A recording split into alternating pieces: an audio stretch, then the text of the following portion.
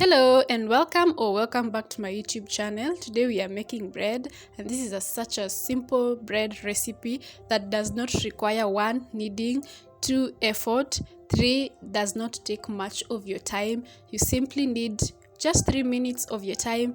Put together the ingredients and go about your day and come back to bake your bread. Let's get started.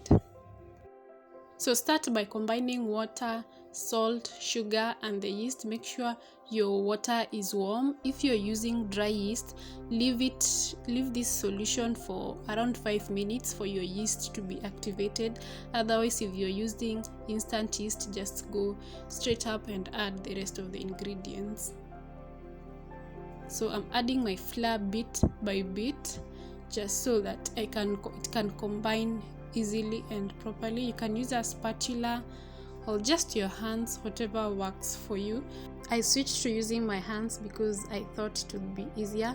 Then once your dough comes together, leave it to rest for at least 6 hours. I left mine in the oven and came back later in the afternoon, in the evening, and my dough had risen. This is after very many hours.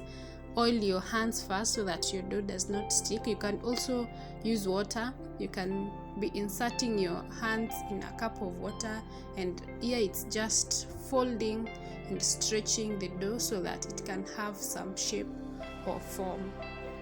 Then oil your baking tin. Make sure to oil your baking tin and sprinkle some flour so that your bread does not stick.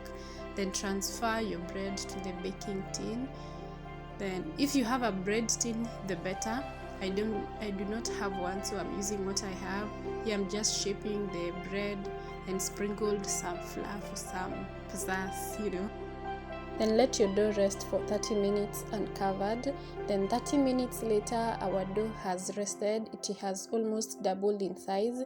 Then we're going to cover this with a foil. The foil is important because the heat from the bread creates a humid environment which enables the bread to rise.